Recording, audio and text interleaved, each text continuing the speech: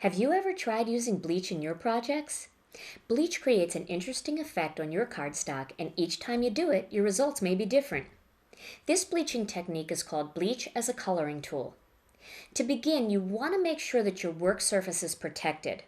Now, my favorite way to protect my work surface when I'm using any kind of chemical is to use a score mat. The score mat's a neat tool because it's made to fit right inside your score pal. And on one side, you have a self-healing mat with different printed measurements for all kinds of cutting projects. And on the other side, you have a glossy finish that you can easily work on and then wipe away inks, embossing powders, marker residue, sticky residue, anything else you wouldn't want on your work table. Now, bleach can harm wood, but I know my table's protected because I'm using the score mat. Now, if you don't have a score mat, that's okay. Just make sure you have some sort of barrier between your project and your work table. And also be careful not to get the bleach on your clothes. To begin this project, you're going to need a heat embossed line art image. If you don't heat emboss the image first, the bleach will also bleach away your ink. To learn the heat embossing technique, watch the Stamp TV video on heat embossing. The other tools that you're going to need for this technique are a Niji water brush or some sort of paintbrush to apply the bleach. And you're going to need some regular household bleach. Here I have a little bit of Clorox right in a glass cup. And then you're also going to need a heat tool. And again, I'm using a Marvy heat tool. And I'll show you how you do that in just a minute. So now I have my line art image already embossed and ready to go. And I'm going to dip my Niji water brush into my bleach. I like this one because it has a very, very fine tip so I can get into some very delicate areas. And I'm going to go ahead and paint my bleach all over my flower.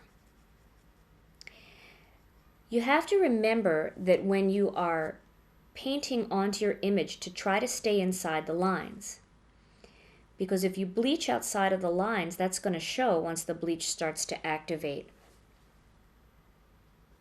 The nice thing about bleaching a heat embossed image is the heat embossed image is raised a little bit on the edges, and that kind of helps keep the bleach inside your image as you're painting.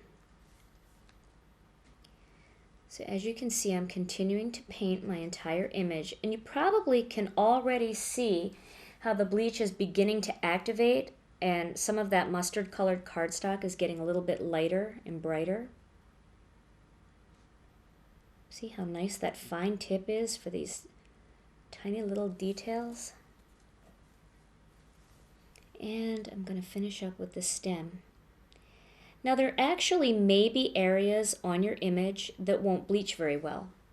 Even if you keep applying the bleach, the area will just not bleach up, and that's okay. That's kind of one of the neat things about bleach, is that every single image and every single piece of cardstock is going to react a little bit differently. Now, to activate this bleach and make it come up even lighter, I'm going to just hit the image with my heat gun. So I'm just going to turn on my heat gun and go ahead and heat it up a little bit. And remember, once you heat it up again, your embossing powder will be wet for a minute, so try not to run your finger over it and smear it.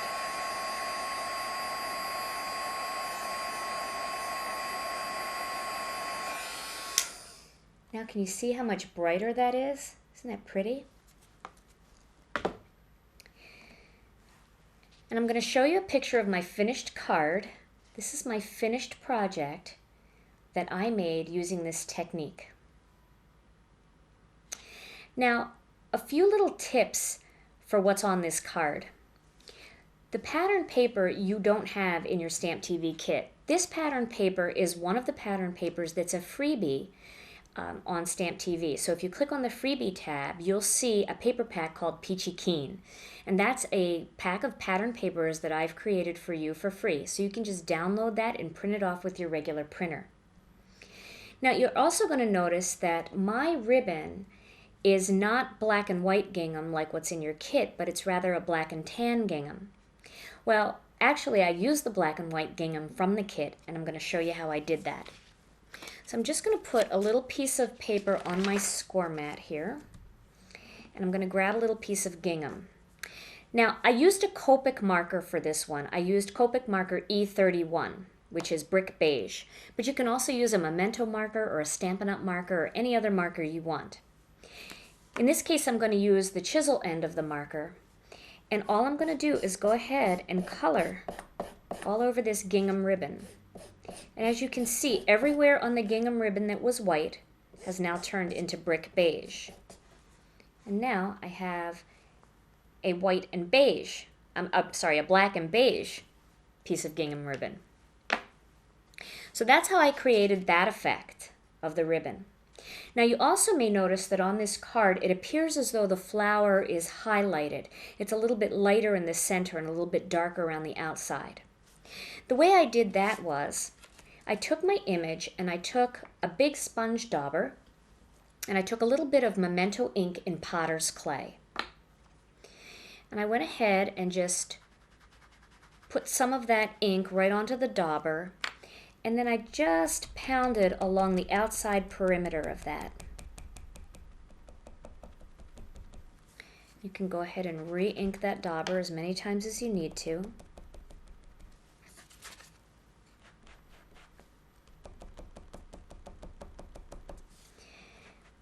And leaving the center with no ink kind of makes it appear as though that part of the image is highlighted. I also did that for my greeting. This is an easy card to create, and all the measurements you'll find just below the screen. Try heat embossing with many different color cardstocks. You'll be amazed at the beautiful colors and effects that Bleach will create for you.